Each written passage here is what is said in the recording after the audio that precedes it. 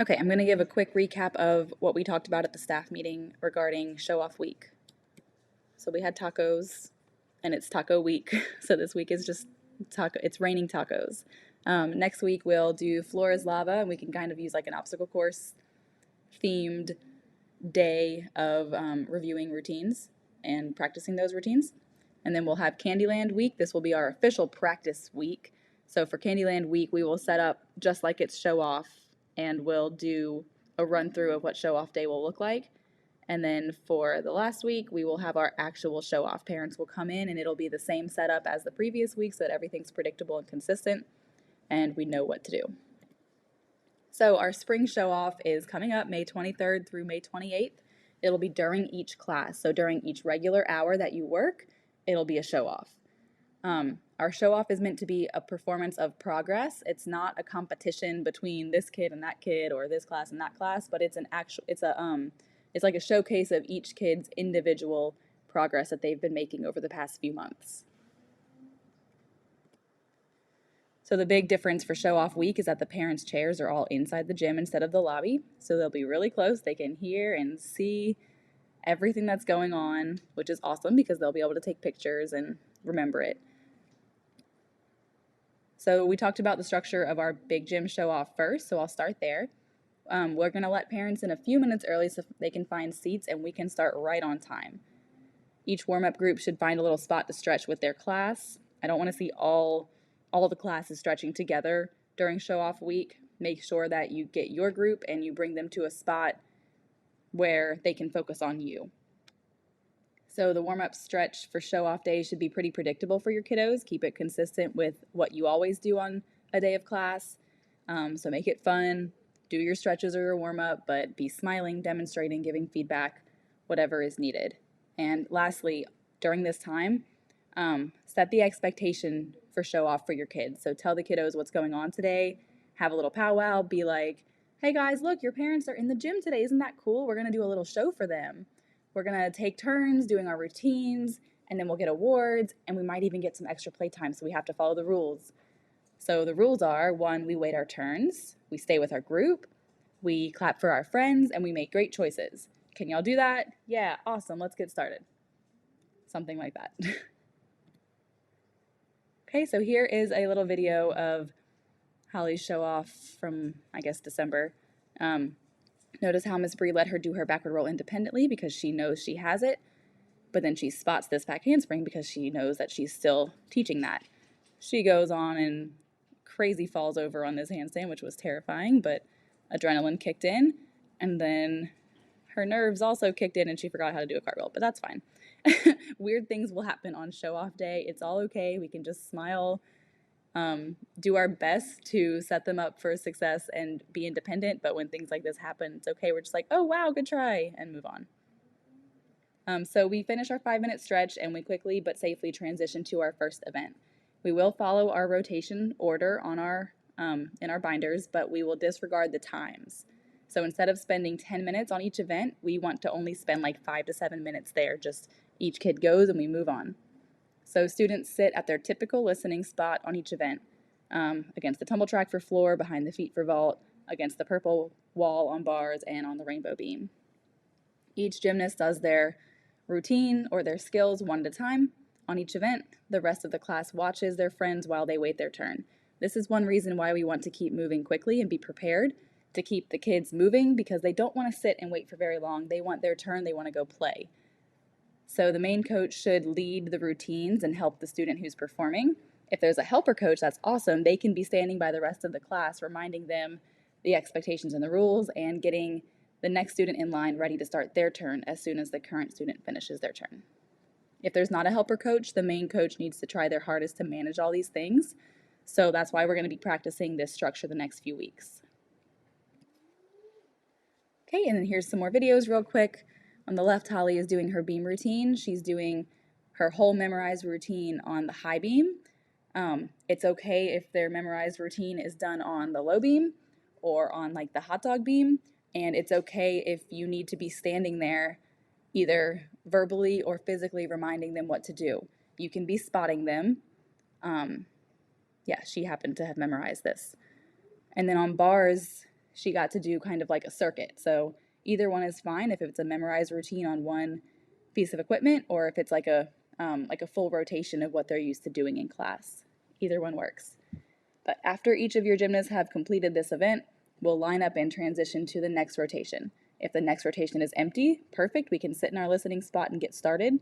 But if there's still a group there finishing up, quietly corral your kiddos into a safe spot where they can watch and wait for the previous group to finish before doing their turns. Here's a little example of Miss Hadley. So Miss Emma knows that Hadley needs a spot on her forward roll. She reminded her to tuck her chin, and then she physically helped her over. This is something they've been working on for months, so Emma knew exactly how to spot Hadley, and Hadley knew exactly what to do. She just doesn't have it by herself yet, so that's why her coach was there to help. So after all of the big gym classes have completed their 4 events, they will come sit either by the vault runway or by the tumble track while preschool comes in to show off their skills. All of the preschool skills are set up on the floor, so they can use like the regular wedge, roll mat, donkey kick mat, cartwheel mat, but then they can also do their other stuff on the way back. So like beam, vault, and bars was all set up on the way back. So preschool only has to do one routine. Here is an example of Holly showing how we set up the preschool circuit from last year. So we use all the regular stuff on this side, and then on the way back you'll just see that they had their other regular stations that they're used to. I am going to try to set up the floor like this even for the practice show-off week, that week before show-off, and maybe preschool can come in and give it a little try, and then we can make any changes before the real show-off day if we need to. Okay, so this is up to the coach the way we set it up. I want it to be pretty typical and standard, but whatever your class needs specifically, we can change. Be ready to hold their hand and walk them through this whole thing. Alrighty, and then at the beginning and end of every routine, they are supposed to do their big ta-da. She got a little distracted. Alrighty, and then after preschool is finished, everyone comes to sit either right on the blue floor or right next to it. The floor manager or myself will give a quick thank you to the parents. Thank you for watching. We're going to do our awards now. You guys are welcome to come up and take pictures of your kids. We're going to try to move quickly so that every kid can get their award and we can still have time for play. The preschool coaches will come up first right away and call their students one at a time to get their certificate and smile for a picture, and then send them back to sit with their group. Then each big gym coach will do the same thing, starting with the youngest class and moving up. After each kid has gotten their award, we'll do some group pictures. Coaches, please get in the pictures with your kiddos. The parents love it. The kiddos love it. That's what they're going to remember from this show off, is like their time with their coach and the time that they learned this with their favorite teacher. So get in there. It's worth it. And finally, at the end, we'll either send everyone home if it's time to go, or if they have a few more minutes, we'll tell them they can give their papers to their parents and go play until class ends. During this playtime, coaches are expected to both supervise and engage with their kiddos. Play with them, talk to the parents if they want, take pictures if the parents ask them. They love you and they've had so much fun, and all the parents want to see is that they're in the right program and that the coaches here enjoy being with their kids, so show them that. Okay, and then when it's time to go, whoever's the loudest can call all the students to the white line for their stamps. We'll give them their stamps, we'll congratulate them, we'll say go find your parents, we'll watch to make sure they find their parents, and we'll remind them that we will see them in 2 weeks. We're closed next week, so come back in 2 weeks for summer. Then we'll all do a quick reset of the gym, do a walkthrough, throw away any trash that maybe have been out by parents, whatever, fix any mats, look at your first rotation on your schedule for the next class, and make sure that that is set up exactly how you want it for your next show off. Of course, some parents will try to talk to the coaches after class, and that's fine, but we still have to use this break efficiently, so we need everyone that we have on deck resetting and prepping the gym on that little break so that the coaches who are in a conversation are still covered and we don't get behind. Then, of course, get a water break, whatever you need to do to get ready to start for the next hour. So at the top here is what we just talked about for the big gym schedule. Couple of notes on preschool. So instead of making our preschool classes sit and wait and watch everyone for their show off, we're going to give them the first half of the class to play and have fun in the preschool gym with their coach. So for those 25-ish minutes, we're doing our warm-up, we're last minute practicing a few skills, we're playing games with them, we're doing like parachute, color games, bubbles, animal walks. You can use a little dice movement, gross motor things, whatever's fun for you guys. We're keeping them safe and engaged so they don't get bored, but we're giving them some structure so they're not out of control. And then they can have some free play too, but for the whole 25 minutes, there should be some structure in there also. Then when it's time to transition into the big gym, they should do whatever it is that you normally do with them to keep them safe. So lining up, holding hands, whatever it is that y'all usually do for that transition. Hopefully the floor manager will be able to step away real quick to come grab y'all and help with like holding doors and getting them to where they need to go. For me and my grown-up classes, our parent-toddler groups, they will pretty much follow their usual class structure. So the first 15 minutes-ish is still playing and exploring. They'll probably have some grandparents in there today, so they may be even more distracted, but their regular grown-up should be the one helping them through the class. The extra guest should be sitting and watching. At about 15 minutes in, for me and my grown-up, we'll call them to the floor to do their hello song, but then instead of teaching a new station, we'll show them the little circuit that we have set up for them on the floor. We'll tell the parents that we want every kid to have a chance to do the whole circuit at least once for their show-off, and that's how they'll get their sticker. Other than that, they'll have free reign of the rest of the gym between their turns. They don't need to sit and watch each other. They can just go play, and then when we're ready for them, we can be like, okay, it's your turn. You and mom come over here and try the circuit. We'll do our awards, then we'll sing our bye-bye song, and they're good to go. Okay, I did not write down the questions that were asked, but if you have any questions, feel free to ask me or anyone else that was at the meeting. And then we talked about a couple of our goals for show-off week. So what does a successful show-off week look like? Some of our staff yesterday said, 1, kids are showing off the skills that they've learned. That sounds obvious, but that is the whole point, is showing off the correct skills that they've been working on. So not having a beginner show off a bridge kickover that they've never learned before, and not having an advanced kid show off forward roll, donkey kick, little cartwheel. It should be level appropriate. Whatever they've been working on and accomplishing or progressing on, that's what we should show off. Everyone is clapping and cheering. We don't like the silent and awkward show-off classes. We like the ones where people are saying, yeah, you can do it, great job, woo, all the things.